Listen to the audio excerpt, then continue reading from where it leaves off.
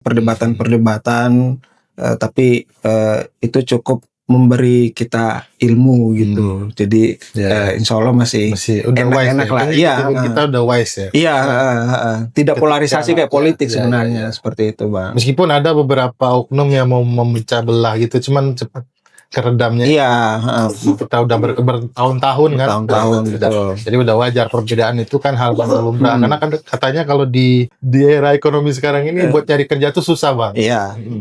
Makanya punya pendidikan yang lebih tinggi juga pasti meningkatkan bargain kita juga di perusahaan kan.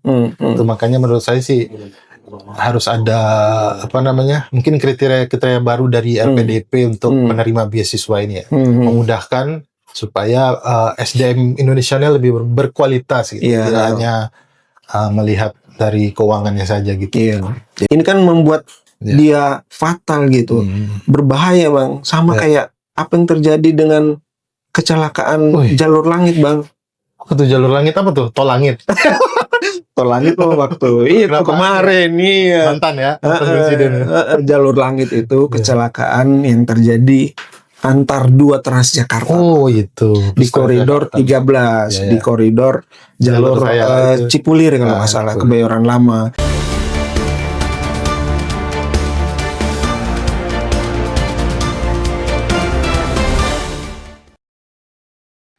Sahabat Viva Jakarta, kembali lagi bersama duo VJ di sini, Agus Mbojo dan Bang Fikri.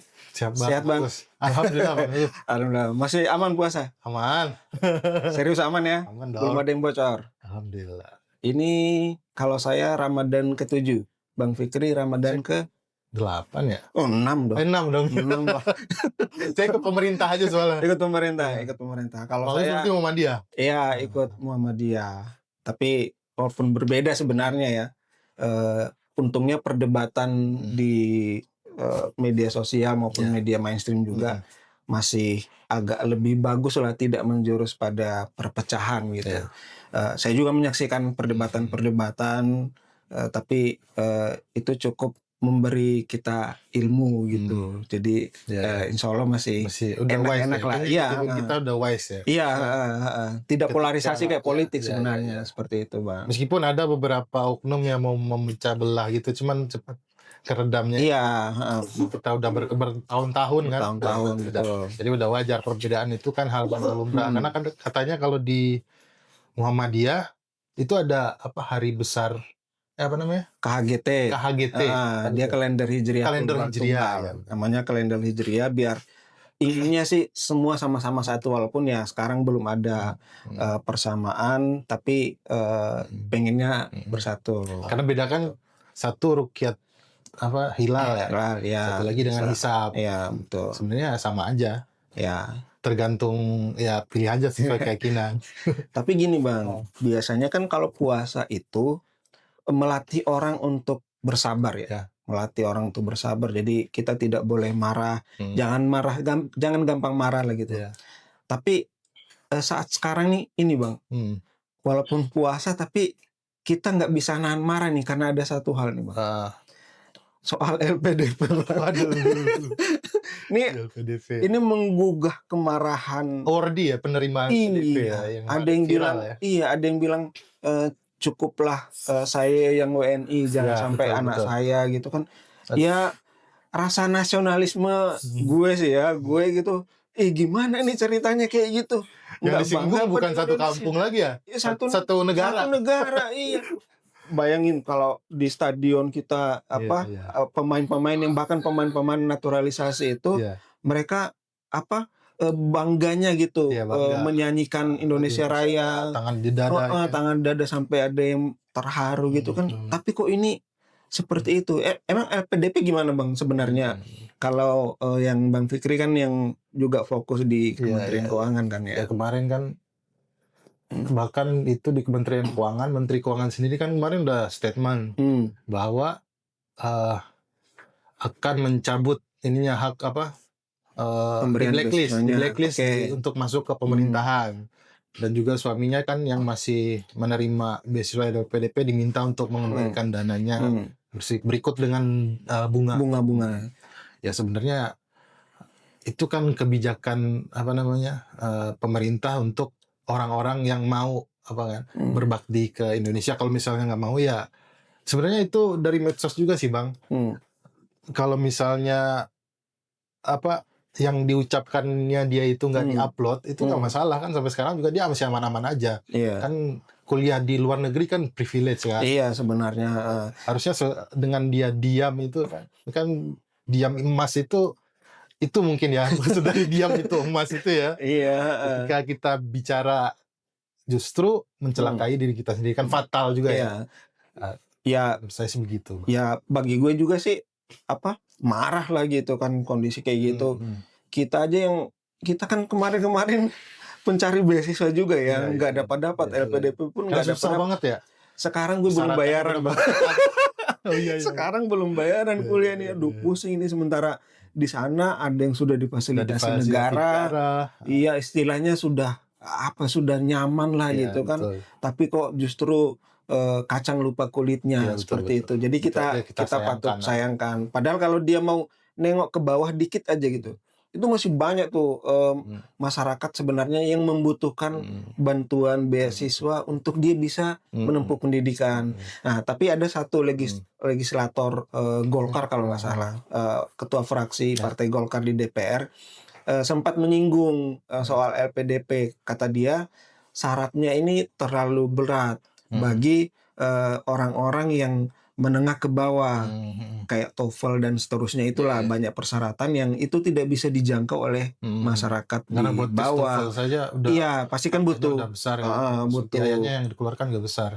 Nah, mungkin menurut saya sih perlu dipikirkan juga hal itu gitu. Berangkat dari kasus Mbak siapa itu namanya itu, Mbak Tias ya. Mbak Tias itu ya mungkin ada pertimbangan lain yang harus dilakukan pemerintah. Kan ini kan katanya dari pajak negara sama utang juga bukan ya? Yang dialokasikan APBN sih. APBN. Dia kan juga punya namanya dana abadi. Jadi LPDP ini punya sekian triliun ditaruh di investasi, nanti itu diputer untuk pendidikan selanjutnya atau beasiswa selanjutnya. Ya harusnya sih syaratnya lebih membumi lah ya, bukan menjangkau yang menengah atas. Tapi lu masih cari beasiswa juga kan? Ya, gue juga masih nyari walaupun sedang. Benar, sekarang tuh banyak yang ngerasa S1 tuh masih kurang. Iya pasti. Ya, pasti kan, apalagi sekarang in this economy ya, sekarang. Apa itu? Kalau di era ekonomi sekarang ini buat cari kerja tuh susah Bang. Iya. Makanya punya pendidikan yang lebih tinggi juga pasti meningkatkan bergen kita juga di perusahaan kan.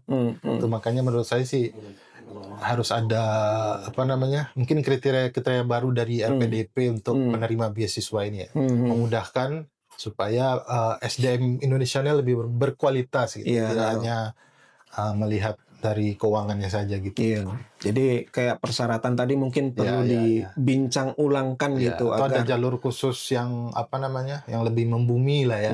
Kayak jemput bola gitu ya. Jadi ada calon penerima yang sebenarnya sangat potensial secara akademik gitu, sangat bagus, tapi dia tidak punya kemampuan modal gitu untuk bisa naik ke jenjang berikutnya. Nah mungkin LPDP bisa gitu, turun begitu kayak artinya jemput bola ya. Karena ada beberapa konten kayak kampus-kampus kayaknya turun langsung ke lapangan untuk menjemput siswa berprestasi tapi kurang mampu. Nah itu kayaknya sih cara yang bagus juga gitu. Daripada kemudian sekarang dengan ya seperti tadi dengan persyaratan mungkin yang terlalu tinggi bagi kelompok yang menengah ke bawah gitu kan. Ya mungkin perlu dipikirkan juga lah gitu. Mungkin juga usulnya sektoral juga menarik tuh Bang Agus. Misalnya kayak profesi wartawan, kan banyak wartawan sekarang yang butuh juga dua kan. Iya siap.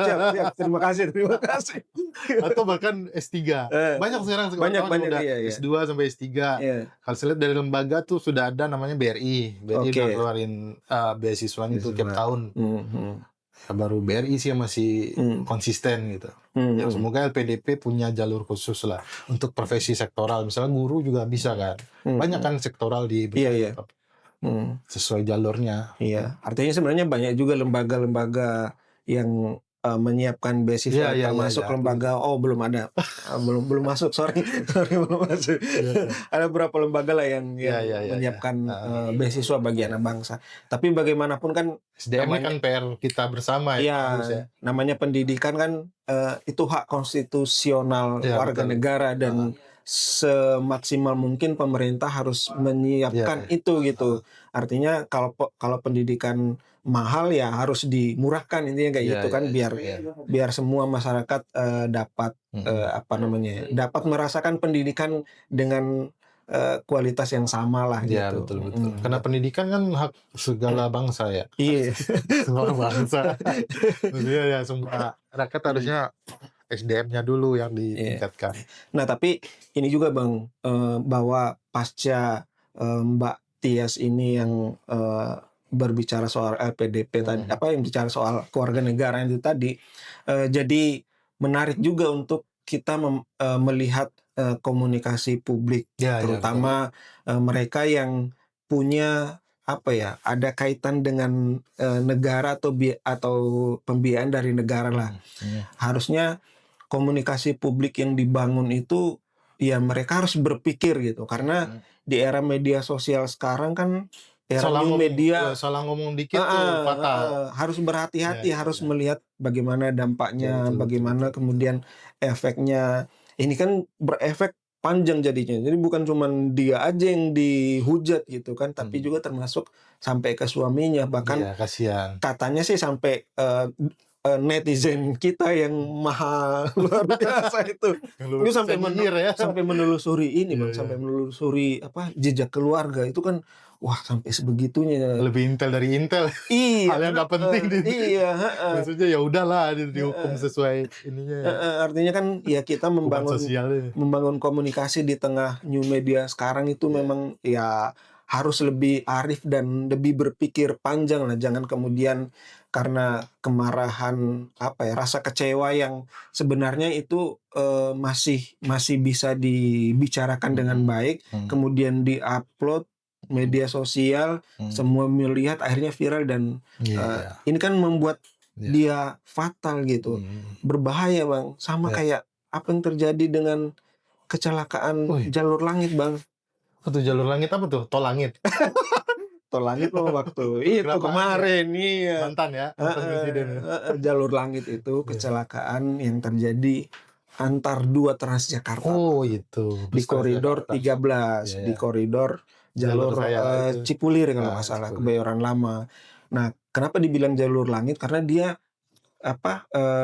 ada di atas dan itu khusus Transjakarta, memang khusus Transjakarta. Jadi tubruan bahasanya, adu banteng di situ, dan puluhan luka kalau nggak salah, ada 2 yang agak serius luka patah kalau nggak salah di beberapa berita. Saya juga ngeri itu Bang, kalau misalnya nabrak pembatas kan katanya ngantuk ya supirnya. Nabrak pembatas tuh ke bawah itu dia makanya kalau ngantuk itu makanya lagi puasa ini memang cobaannya ngantuk ya. Karena tertidur bukan lagi ngantuk, tertidur kan udah sementara itu kan jalan kan 2 arah, crosslead ya istilahnya, 2 arah, terus tiba-tiba dia ngambil arah yang berlawanan, yang harus berlawanan, jadi tubrukan begitu, lumayan parah sih itu bagian depannya. Mungkin karena beliau puasa kali. Jadi dan akhirnya itu dampaknya ke transportasi juga, orang yang mau berangkat naik Transjakarta macet penuh banget tuh di halte-halte tuh. Kemarin kayak gitu. Itu dampaknya ke sana halte. Ngebayangin macetnya di jalur langit itu. Mereka yang turun tuh gimana? Ada dapat info nggak? Kayak yang jalan juga deh. Ada jalan turun, nggak harus ke ujung sana. Ini mungkin nyari itu kan di atas ke bawah kan ya, cuma kan ada halte yang ada tangganya. Jadi nggak perlu sampai ke ujung sana. Sama kayak waktu yang kebakaran yang di Jakarta Selatan juga itu, yang akhirnya Transjakarta nggak bisa lewat karena kebakaran pasar waktu itu, agak lupa gitu. Jadi yang dibilang aman juga kadang nggak aman juga ya Bang ya. Iya, itu dia. Transjakarta kan gitu. Padahal kan udah jalurnya Transjakarta aja, mobil sama motor kan nggak bisa lewat. Bisa, betul. Ya mungkin perlu diinin juga kali ya, ya pengemudi lah intinya.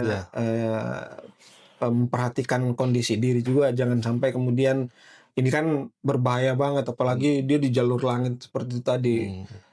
Kalau agak lebih ini kan ya lebih fatal lagi, waduh gimana itu.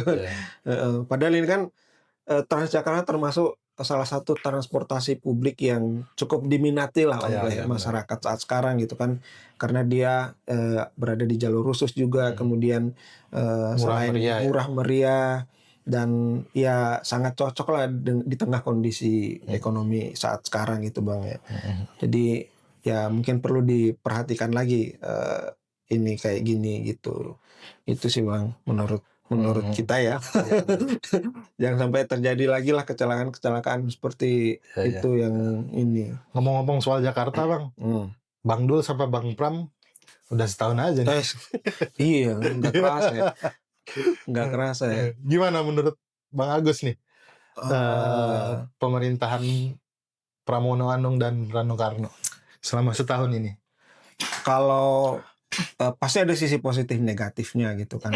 Tapi menarik salah satu pengamat politik sempat bilang bahwa cuman di zaman sekarang banjir di Jakarta itu hampir tidak ada yang menyalahkan gubernur. Iya. Bayangin waktu zaman sebelum-sebelumnya gitu, dari Pak Anies, Pak Ahok, Pak Jarot, Pak Jokowi pun, apalagi Pak Jibowo sebelumnya, itu pasti menyalahinnya gubernur gini-gini, nggak bisa mengatasi gini. Bahkan era terakhir Pak Anies Baswedan itu banjir disalahin Anies, kemudian orang yang pendukung Anies nyalahin sebelum-sebelumnya lagi itu. Jadi ujungnya saling menyalahkan. Kalau sekarang agak lebih landai rasanya gitu. Kenapa ya Bang? Memang saya juga nggak tahu ya, apakah karena waktu pilkada kemarin polarisasi politiknya tidak separah seperti sebelumnya, sehingga ya perdebatan politik ketika ada peristiwa kayak banjir gitu tidak terpolarisasi gitu antara kubu A dan kubu B. Saya sih ngeliat kayak gitu. Cuman persoalan banjir memang ini masalah yang menjadi tugas yang hampir tiap gubernur lah pasti akan lalui gitu kan, apalagi saat sekarang. Cuman yang menurut saya nih Bang, kalau penanganan banjir ya tidak bisa dilakukan oleh satu gubernur, harus berkesinambungan gitu antara gubernur sebelumnya dengan gubernur berikutnya. Ya harus nyambung, jangan kemudian gubernur ini melaksanakan ini, gubernur berikutnya tidak melaksanakan. Artinya kan tidak ada kesinambungan yang baik gitu. Akhirnya ya kita tidak bisa mengharapkan banjir bisa teratasi dengan baik gitu. Nah mungkin ini salah satu hal yang cukup baik ketika misalnya Gubernur Pak Pramono bilang saya akan melanjutkan beberapa yang sudah dilakukan oleh gubernur sebelumnya, kayak normalisasi kali itu kan Ciliwung ya. Juga dilakukan era Pak Jokowi, kemudian Pak Ahok, Pak Anies juga melakukan normalisasi walaupun bahasanya naturalisasi gitu kan. Ada perbedaan aja gitu, tapi intinya ngeruk kali lah gitu. Kemudian yang menurut saya agak cukup bagus sih transportasi gitu, terutama Transjakarta yang nyambung ke Depok, kemudian nyambung kemana kemarin yang ke Sawangan, Sawangan, ke Cikarang, ke Cikarang. Nah itu menurut saya memang harus dipikirkan menjangkau daerah-daerah satelit di Jakarta kayak gitu sih.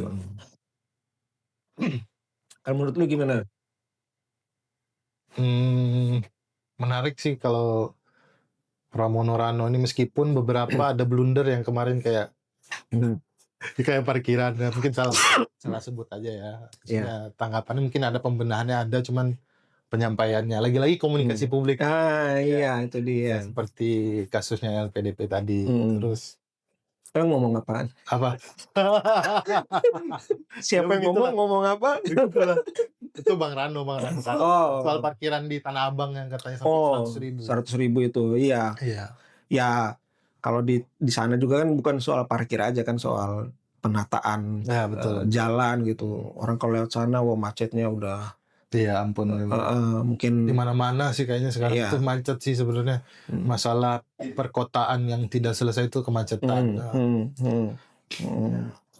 Ya beberapa persoalan sih saya sih masih ini Bang, seperti yang kita bahas di podcast sebelumnya, bagi sobat VJ yang belum menonton pembahasan kita sebelumnya bisa di sini di pembahasan kita sebelumnya di perdana ya, tayangan perdana. Itu tentang jalan bolong ya, jalan berlubang. Jalan berlubang. Sampai sekarang pun masih cukup banyak lah jalan berlubang. Rasanya mungkin hal-hal seperti itu kalau bisa jangan menunggu waktu lah gitu Bang. Artinya ada berlubang sekarang ditambal langsung, ada berlubang ditambal, jangan kemudian nunggu berhari-hari karena kita kan pengguna jalan dan tiap hari menggunakan jalan itu gitu kan. Dan ketika satu hari aja tidak diperbaiki, besoknya loh kok masih ada lubangnya malah bertambah. Nah ini mungkin perencanaan hal-hal yang insidental yang penting untuk pemerintah daerah, terutama kepemimpinan sekarang, untuk perhatikan lebih baik lagi gitu. Karena kemarin kan toh kita pernah terjadi kecelakaan yang menewaskan seorang pelajar di Matraman. Nah ini kan jangan sampailah peristiwa seperti itu kemudian terjadi, mungkin dalam bentuk yang lain, auzubillah lah gitu kan. Tapi kita pengennya ya itu tadi, karena jalan di Jakarta ini kan selalu ramai dan selalu digunakan. Ketika rusak ya potensi itu tetap aja ada gitu, dan itu harus diantisipasi menurut saya sih. Seperti itu. Mungkin kalau di setahun Pramono Anung ini soal apa kira-kira yang menjadi concern dari beliau nih? Saya belum lihat benang merahnya nih. Iya. Kira apa menurut Bang Agus? Banjir sih kelihatannya yang menjadi fokusnya gitu. Penanganan banjirnya gitu yang nampaknya sodetan ya semuanya gitu, termasuk kemarin yang keruk kali dan pelebaran yang Ciliwung itu, yang sodetan itu betul. Mungkin itu yang menjadi salah satu fokusnya, walaupun banyak juga yang sudah dikerjakan gitu kan. Kalau sobat VJ melihat berita FIFA Jakarta di portalnya jakarta.fifa.co.id, nah di situ ada juga hasil satu tahun dari Pramono Rano gitu. Dan mungkin beda-beda ya, tergantung orang concernnya di mana. Kalau mungkin kayak The Jack kan pengennya hari ini harus kudeto, karena dia bilang di bawah Pak Pram Persija harus kudeto. Ya memang itu hal yang menarik juga gitu bagi warga Jakarta yang tentu membanggakan klub ibu kota gitu kan, Persija Jakarta. Kayaknya kan lebih sering main di mana itu, di Jakarta Utara itu, di JIS kayaknya. Makanya kan yang dibangun oleh Pak Pramono kan mengintegrasikan transportasi umum, Transjakarta di sana. Udah nyampe JIS, belum lagi KRL sampai ke sana juga. Jadi itu yang ini kan sepertinya begitu gitu. Untuk biar orang ke sana nonton, keluar itu langsung terurai itu kemacetannya. Jadi nggak terlalu macet banget. Selain orang yang menonton pun bisa dengan mudah mendapatkan transportasi publiknya. Ya, tapi menarik sih kalau di bawah Pak Pramono Persija bisa Scudetto kan. Ya kita dukung aja. Iya, itu kan prestasi. Dan seringkali beliau juga nonton kan kalau waktu main di Gelora Bung Karno ya. Sekarang kayaknya udah jarang ya tawuran antara supporter itu, saya dengar juga udah mulai jarang ya. Ya, jarang lah. Hampir tidak terdengar sih. Mungkin karena positif sih itu. Mungkin karena kalau misalnya dua tim bertemu gitu yang itu supporternya punya akar perselisihan yang tajam, tim away tidak diperkenankan untuk datang gitu. Jadi mereka tidak didukung oleh supporternya. Itu mungkin antisipasi yang aparat keamanan ya, untuk menghindari hal yang tidak diinginkan seperti itu. Tapi bicara tawuran nih Bang Agus, kemarin tuh di awal bulan puasa awal tarawih malah. Iya betul. Itu di daerah saya tuh, daerah apa ya, Cipadus itu tuh. Jadi ada yang tawuran bocah-bocah. Udah pakai sarung tuh. Oh ya, baru hari pertama tarawih nih. Itu pakai sarung aja. Pakai sarung. Nggak tahu di dalamnya kan biasanya diisi batu gitu kan. Berat. Ya nggak tahu ya kenapa. Mungkin efek dari game online juga sih ya. Nah, jadi ngeliat orang kumpul-kumpul, ayo. Iya, sama di dekat rumah gue juga di Depok. Oh iya masih. Di Depok ada puluhan bocah-bocah tanggung lah gitu, remaja-remaja gitu, dan mereka ini janjian di medsos. Jadi janjian di medsos, kita tawuran di tempat A gitu. Nah, yang di Depok ini untungnya warga cepat gitu tahu, ini ada mau tawuran nih, langsung diciduk bocah-bocah itu ada 12 apa 11 orang gitu. Kemudian panggil polisi, polsek, dan polsek setelah dari polsek dibawa ke Polres. Nah, menariknya penanganannya itu unik. Jadi mereka tidak dimasukkan dalam sel, tapi diberi materi ini pesantren kilat. Lu pernah ngalamin pesantren kilat? Iya. Nah, dulu kan kalau kita kan awal-awal puasa seminggu awal itu pasti pesantren kilat. Tapi liburnya sebulan. Kita liburnya full, sama puasa kan liburnya full. Tapi minggu awal puasa itu pesantren kilat. Jadi di sekolah dikasih tausiah gitu-gitu. Iya, di masjid waktu itu di Masjid Polres Depok. Nah, ini menarik sih menurut saya gitu, cara penanganan tawuran seperti di ibu kota. Menarik sih, kayak disuruh bersihin fasilitas publik apa kayak gitu kan. Apa namanya itu, sanksi sosial. Sanksi sosial. Mereka yang ditangkap karena terlibat tawuran, terutama remaja-remaja ini, ya dipekerjakan pekerja sosial lah intinya kayak itu. Kalau KDM kan Jawa Barat itu kemarin ke barak ya. Dimasukin ke barak. Anak-anak yang main game gitu. Nah, menurut saya sih bisa juga. Bisa juga kayak gitu. Jadi mereka ditangkap.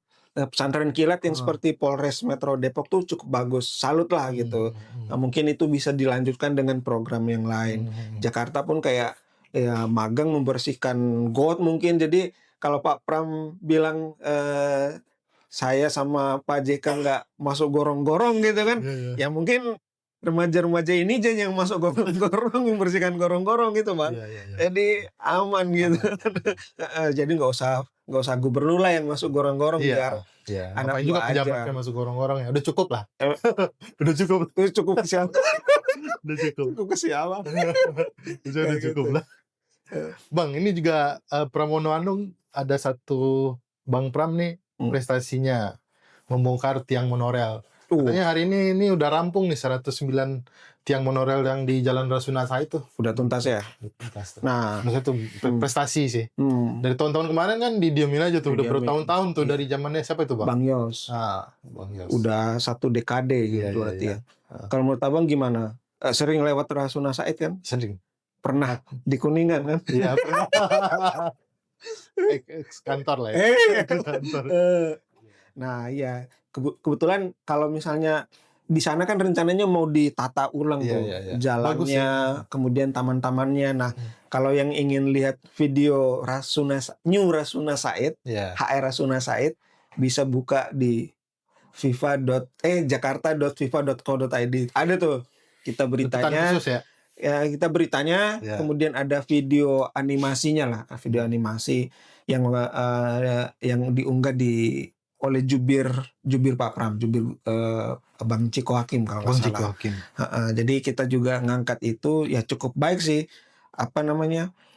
Lebih memberikan ruang yang cukup besar untuk pejalan kaki, kemudian tidak ada lagi jalur cepat, jalur lambat. Jadi memang benar-benar satu jalur, sehingga kemudian dibuat hijau juga sih. Kalau di video animasinya itu ya cukup baik sih. Ya, semoga terrealisasi seperti yang di video itu ya. Iya.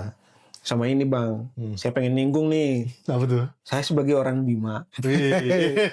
Kemarin kan rame mantan Kapolres. Mantan Kapolres di Bima mantan Kapolres Bima Kota. Narkoba lagi. Ya, karena Bima kan kabupaten sama kota. Nah, ini yang mantan Kapolres Bima Kotanya. Nah, sebagai orang Bima tentu ya sedih lah gitu kan. Iya. Gila, kampung gue yang gue dari kecil di sono sampai kemudian besar di sono, terus tiba-tiba ada masuk narkoba, orang pengen merusak generasi banget itu ya. menghalau narkoba, terus tiba-tiba kok yang bermain malah penegak hukumnya. Ini kan buat kita sakit hati banget gitu. Nah, gue sebagai orang sana juga ya sakit hati lah gitu. Apalagi waktu dia menjabat Kapolres tuh dia buat jargon polisi baik. Sebenarnya memang banyak polisi di sana yang baik-baik gitu. Tapi kemudian tercoreng karena ada satu ulah. Bahkan pimpinan tertingginya ini kan gimana gitu. Kalau kasus narkoba sebenarnya udah ramai di medsos beberapa tahun-tahun kemarin. Di Bima ya, ada yang mencoba membongkar jaringan ini itu menyebut nama. Tapi kan karena kita sebagai wartawan ya, kita kan tidak bisa terlalu gampang untuk percaya dengan apa yang ditampilkan di apalagi media sosial gitu kan. Nah, perlu cek and recheck. Nah, waktu itu saya dalam posisi masih ini benar apa enggak. Jadi masih skeptis. Tidak bisa langsung menghakimi dia terlibat dan seterusnya. Tapi dengan kasus kemarin yang sudah di PTDH itu, pemberhentian tidak dengan hormat, pemecatan lah gitu kan. Akhirnya kan terbukti memang dia bermain dengan narkoba. Apalagi positif, termasuk istrinya itu positif. Ini kan ya cukup menyedihkan lah gitu.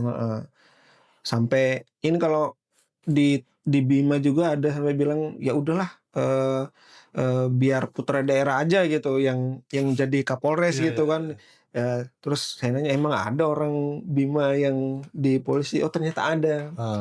Ada orang Bima yang masih muda lah gitu, masih muda. Kebetulan satu SMA sama saya gitu, sama gue gitu kan di sana. Udah cocok jadi Kapolres. Dia udah Kapolres di kabupaten lain di daerah Sumatera. Dia udah Kapolres di sana. Nah, sama teman-teman kita satu SMA satu kelas itu bilang, udah pulang ya? Oh iya, pulang aja, pulangin dia aja, dia jadi Kapolres di Bima, karena kan dia lahir di sana, besar di sana, tahu kondisi di sana. Jadi ya ini cuman ini aja sih usul aja dari teman-teman kayak gitu, Bang. Bener sih kayak gitu. Kapolres ya. Kapolres sebelum Kapolres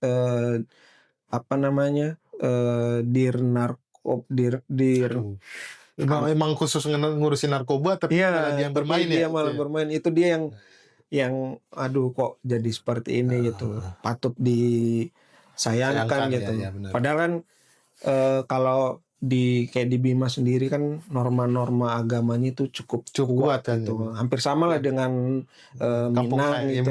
Di Minang, Kampung Abang kan di Minang agak-agak mirip gitu. Jadi norma-normanya itu norma-norma yang diambil dari sari-sari agama. Jadi dengan narkoba ini kan, tapi mereka nih kayaknya memang menyerang pemuda-pemuda tanggung, Bang. Kemarin di kampung juga ketangkep tuh ya, masih 20 tahun, 21 tahun, 23 tahun. Udah jadi pengedar antar kota, antar provinsi. Itu ketangkap. Bandar-bandar ini kayaknya memang mengejar yang gitu-gitu. Dari pergaulan kan, dia masuk pergaulan. Lu mau nggak ini. Nah, itu sih. Yang mirisnya kita penegak hukum itu ya. Harusnya penegak hukum itu yang memberi contoh yang baik lah ya. Ya itu sih yang harus dibenahi. Itu dia, semoga itu kasus terakhir lah ya. Kita tidak pengen ini, apalagi kayak semoga di tempat lain masih baik lah. Iya, apalagi kayak di daerah-daerah gitu kan, aduh, jangan dirusak seperti itulah generasi mudanya. Ini juga warning kita juga. Kan bicara SDM di awal itu kan yang mempengaruhi SDM baik atau enggak juga di situ kan. Narkoba kan merusak banget, hancur. Capek-capek sekolah kan. Iya. Yang tadinya mau kuliah nggak jadi kuliah. Iya. Yang tadinya selain faktor ekonomi ya, selain soal ekonomi. Ada juga yang ekonominya bagus gara-gara make gituan hancur nggak jadi kuliah. Itu dia, makanya ya masyarakat harus aware lah gitu. Kalau misalnya ada yang pengguna, ya mestinya ini dikasih tahu aja ke masyarakat ini pengguna, jadi gampang dikontrol dan seterusnya. Jadi tidak ada lagi lah peredaran berikutnya. Jadi seperti itu, Bang. Ya apalagi Ya Atau bagi tukang ngeker ada pertanyaan nggak? bagi sahabat VJ, kalau mungkin ke depan ada pertanyaan tentang seputar Jakarta, isu-isu viral, bisa ditulis di kolom komentar di YouTube VJ ya, di YouTube VJ, atau mungkin di sosial media VJ ada Instagram Viva Jakarta, ada juga di TikTok yang kebetulan live. Ini posisinya live, jadi tayang duluan live di TikTok Viva Jakarta juga. Beri masukan, beri pertanyaan apa yang ingin sobat VJ tanyakan. Atau siapa kira-kira yang mau kita undang bisa juga ditulis di komentar. Karena kita juga bakal rutin nih ya. Iya. Misi kosong bisa di iklan boleh.